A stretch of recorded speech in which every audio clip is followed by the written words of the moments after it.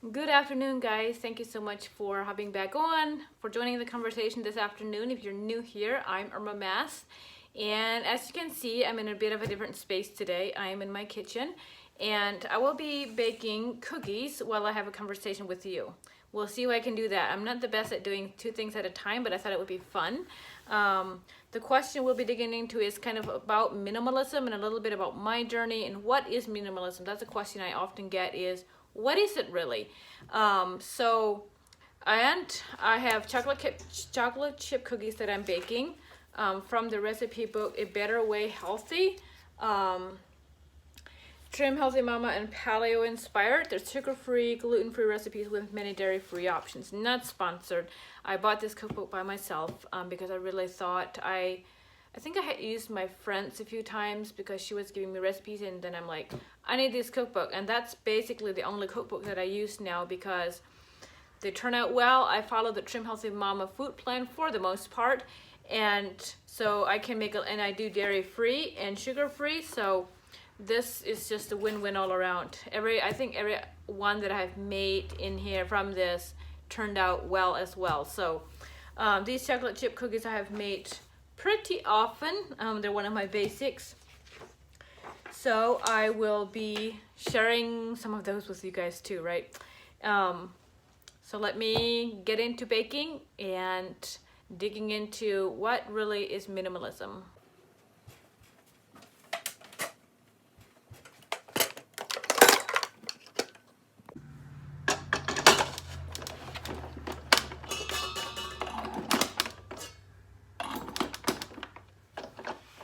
So first, let me share what minimalism is not.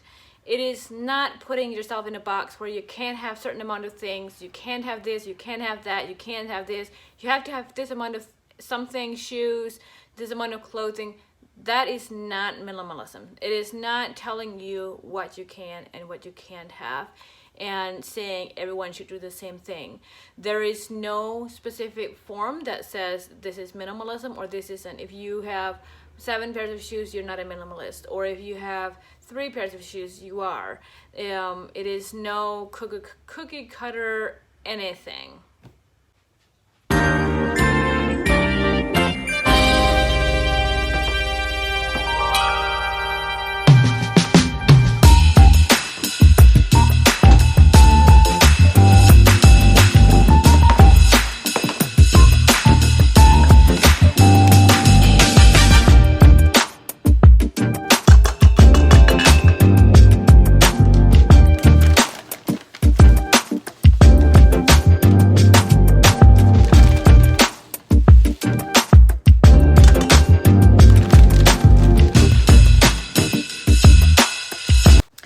So minimalism, what is it really? The definition, there's a lot of different definitions. The first definition here, very first one from the dictionary, it says a trend in sculpture and painting that arose in 1950s and used simple, typically massive forms. But one that I would say, in my opinion, is more correct is a tool to rid yourself of life's excess in favor of focusing on what's important to you. And in my own words, I would say it is having what you need, having what you love, having what you use, and then getting rid of what you don't use, what you don't need, what you don't love the utmost.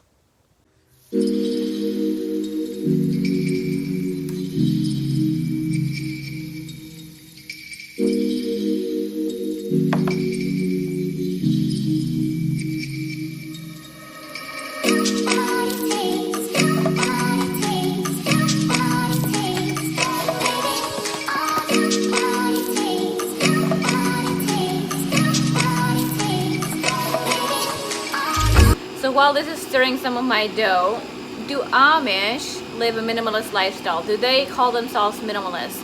And let me shut this off so you can hear me. But we never called ourselves minimalists. That wasn't a thing that I was ever aware of. But now looking back and compared to the lifestyle I'm in now, or the culture I'm in now, I should say, I feel we did live, my family specifically, my mom and dad lived a very minimalist lifestyle. We had what we needed. We had what we really wanted the most, oftentimes, as long as it was in our rules, and we didn't have extra. So one example of that is when I was growing up and we went to school, we did our laundry Monday, Wednesday, and Friday, and so we had 4 school dresses. We wore one Monday, one Tuesday, one Wednesday, and then Wednesday it got washed, and then we wore, and so we had one extra in there in case something happened with it, in case whatever, you know, we needed. So we had 4 school dresses, and that was as much as we needed. That was all we needed, but it was very simple. When we were growing, especially in the growing age, we had maybe a black dress, which is worn for funerals and viewings and baptismal services, and then we had a navy dress, and then about 1, maybe 2 others when we were growing up. And that is all we needed. That is all we wore. We didn't need more than that. And then as we turned 16, we had our body, we weren't growing anymore, so we wore them a lot longer. And then if we had a part in a wedding, we would make a dress, and then so now my sisters that are adults probably have more like, you know, 10 dresses that they wear for Sunday church and youth singing and weddings and things. So that is how we lived, but we did not. Same with shoes. We had one pair of shoes for school, and then a pair of shoes for church, and then the one that was kind of worn out from school, we would get usually by the first of the term, we would get a new pair, and then or through the summer we'd have a new pair that we would wear for things, and then we'd wear them for school, and then the following year we would wear those at home around mud, or you know, around home, whatever it was, and get a new pair. So we basically had 3 pairs of shoes, and again, it was everything we needed. It was all like, just having a lot more was not necessary, but we did not know we were minimalist. We did not know that was even a thing. And trying to think of basically everything else, that's how it was. And now I look at you know, our hair things. I like to do my hair different ways. It's fun, it's interesting, it has different style, it brings out who I really am, it helps me trying new things.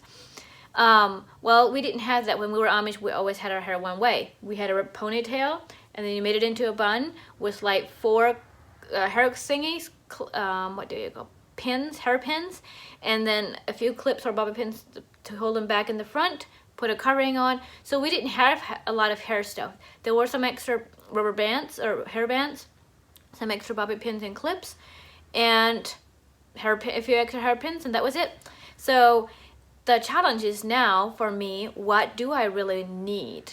What do I actually use? And I go through my drawer a lot and take things out that I really don't use, or I almost never buy some. If I buy some, I'm like very intentional about using them, or if I don't use them, they have to go. It is very hard in this culture, or I say very hard. It's hard, but it would actually be harder to have all that stuff in my house and affecting me mentally. That would even be harder yet, because anything good is hard, and it is easier to collect stuff than it is to get rid of stuff, no doubt. But also, when I get stressed, what is the first thing I do? I declutter.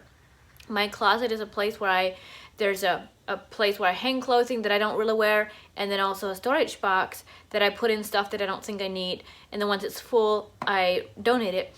And once that is messy, and I'm just like, if I'm stressed, decluttering, going through my closet, what don't I wear? Put it out there, move it on. That is the biggest thing I can do for stress relief for myself.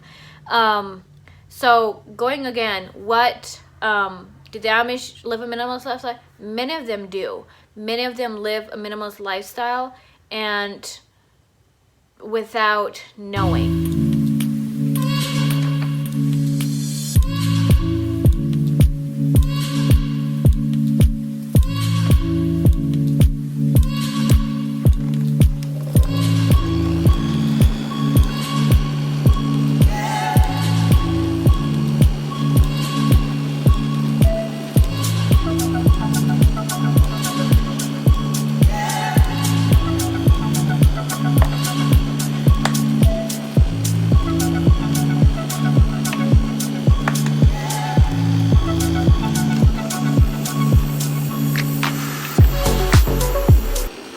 So what got me started with minimalism or really getting into that, it was when I moved to my apartment almost 6 years ago, and I moved with nothing. I had zero income, and I moved with very, very little.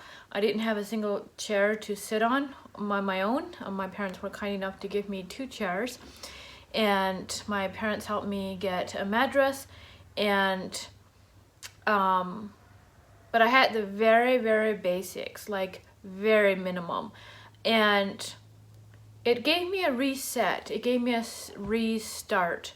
I had been living with a roommate where I just moved in with her after I left the Amish, and she had so much stuff in a small space. We were in a single white trailer and just so much stuff.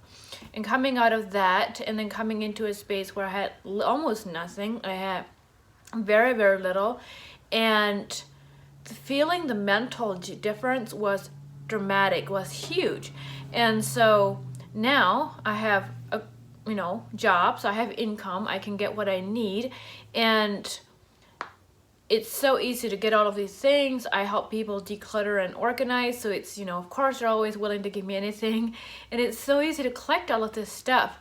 And I feel the difference mentally when I have all of this stuff coming in, and it kind of takes over a little bit, compared to the thing that I think about when I feel this clutter. It tenses me up, and automatically my brain goes back to, it wants to escape. First off, I feel like I want to escape this place. I want to get out. I just want to escape this place. Why do I want to escape this? Because it's clutter. And then it often comes to my mind, well, I remember how it felt when I moved here, and mentally it felt so good having less stuff. And I was at the place where I didn't have my needs met. I didn't have what I even needed, and so that wasn't a good feeling. I would say, like, it is in a lot healthier place now that I can get what I need. There is a place of not neglecting your needs, and that it can cause mental health issues, that can cause your body to go into anxiety. Your body's sounding alarms. You don't have what you need. You start going into neglect mode, like feeling neglected and not feeling cared for, and that can cause a whole different issue, and that's going a different extreme. But the main reason that I am so passionate about it is because of the difference I felt in my mental health, and the difference that I see. I help people declutter for a living to some extent. I clean houses and I declutter, I organize, I do outside work. So I have a wide range of stuff that I do, but there's a few people specifically that I've been working on helping them to declutter for the last year or more, and they're like, I don't miss anything. This feels so good. That's always the end of the day when we have decluttered a whole room. They're like, this feels so good. And I'm like, it does. Like, it just does. And I feel the difference. Like, I go in and it's like overwhelming with all of this stuff, and we declutter, we clean. Whew, this feels so good. And I'm reminded again of that. We love going to a hotel to sleep. Why? It feels like a little vacation. Why? Because we just have there what we actually need, and that is so calming.